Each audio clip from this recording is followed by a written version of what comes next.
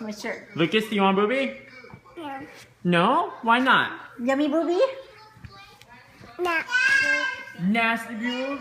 Yummy boob? not boo. Nasty boob. Oh my god. No. Yum boob. Not boo. No. Yummy booby. Not boo. No. Yummy booby. Nasty boob. Not boo. No more booby for Yummy you. booby. No more you booby for you. Not. No more booby for you. Oh. my goodness. You gotta. My motivators. If you happen to be in this video, thank you for being who you are, and I hope to meet more of you in the near future. I also want to thank those members who asked for this type of video and even suggested some pretty clever names to go with it. I did not go with those names because while I thought it was funny, I felt like it could be unintentionally, or I guess it could unintentionally offend people who are in it if they were ever to see it. And that's completely counterproductive because they're the ones inspiring me to work harder at the gym. But to call out some specific names, thanks to ABC, XYZ, Mark Bondad, Doug Schalmoser, Win How 14, Surf Coaches, In the End You Will Cry Blood, and Edward Chan. Thanks, guys. So my motivators are exactly what they sound like. They're people working out, people in the gym who motivate me to push harder. If they're going to interrupt their workout by watching mine, then I'm going to perform at 110%. Now this is probably completely bro science honors, but keep up with me here. Something in my brain automatically turns up the mental energy level that I have, and it tells my body to do everything it can to make the lift count, to successfully complete it. Or if you're in a sci-fi, when my motivators are watching me lift, they're actually transferring small amounts of energy waves to me with green squiggly lines, which is no different than adding a VTEC sticker to your Honda Civic for a 5 horsepower gain, or giving your kids frozen mashed banana and telling them it's ice cream. Anyway, it's all mental. Nothing changes the few seconds before, physically, before I do a rep. And I'm not sure how or why it happens, but time and time again, starting as early as high school, I noticed the positive effect it has on my set when I know motivators are watching. In my experience, the attention typically works better from someone you don't know. So, I mean, if you're going to the gym with a group of guys that you always work out with, it didn't work for me at least. But if there's someone outside your circle who's transferring energy to you, my energy level would peak. This is part of setting the atmosphere I talked about in my bench tips video. If it's a maxed attempt day, in my experience, it's best to make those days on Monday when I had the weekend to rest, and also when the gym is usually busier on Mondays. Goes without saying, the more rested you are, the stronger you are when you're lifting. And then, like I've been talking about, the more people around you, the higher your chances of motivators, if that's what drives you like it does me. Another way I create my atmosphere is through my music selection. Music reminds me of past events. It helps me reignite those feelings that I had during whatever memory it was that was triggered. I find different ways of connecting to songs, taking the emotion and channeling it to the task at hand. For example, a song could remind me about a girl from the past, about unconditional love for my kids, but most probably remind me of the gangster that I thought I once was. When you find that emotion or the connection, you find the energy. Hopefully most of you know I'm starting Small Love Junior this week with my buddy Josh, and I'm super excited about it, being that it's my first program ever.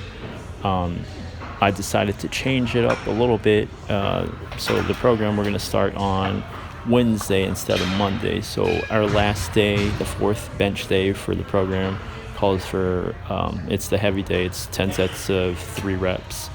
So that will end on Monday for us. That heavy day will be Monday for the very reason I've been talking about, with a more lively gym on Mondays, while I won't have my normal weekends rest because this program calls for more volume than my usual 3-day pyramid scheme. There was a factor during the days of the week that I could change to our benefit, and so I did. Because the first time I saw the Small Love program, I thought immediately there was no way I was going to find the motivation to do 10 sets heavy triples on a Saturday when nobody was working out. But, the new schedule works out for Josh and I, so I am grateful for that. But my point is, find what motivates you to do better. Learn specific triggers and things that you can change to your benefit, and then evolve it if possible.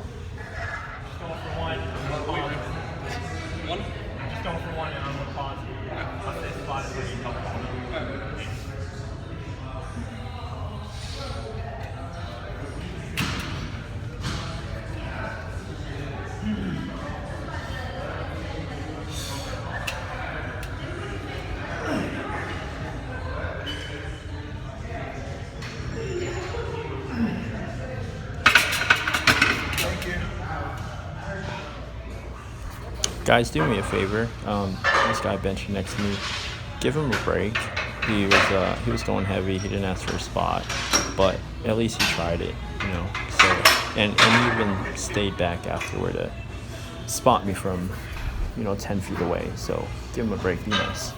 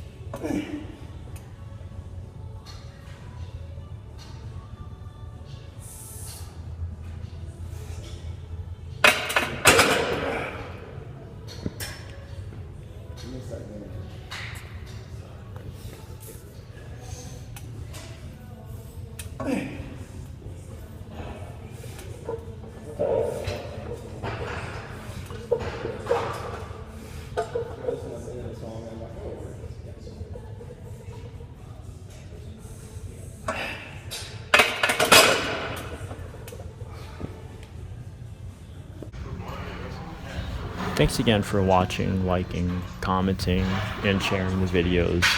I've been so inspired by your comments and support to continue doing these videos. And as always, let me know what you want to see, because this channel is for you guys, and it wouldn't be here without you. So let me know what you want to see. I hope that I've showed you that I read your comments, I listen to your feedback. Now you can hear me through the microphone because I'm actually speaking through the microphone, whereas before I thought I was speaking through the earpiece microphone, but that didn't work out. So I'm learning slowly. I've added links to my Instagram, Facebook, and Twitter, as some have requested. Lucas, Lila, where'd you guys go? Whoa! There you guys are. I didn't even see you. I almost threw that box away.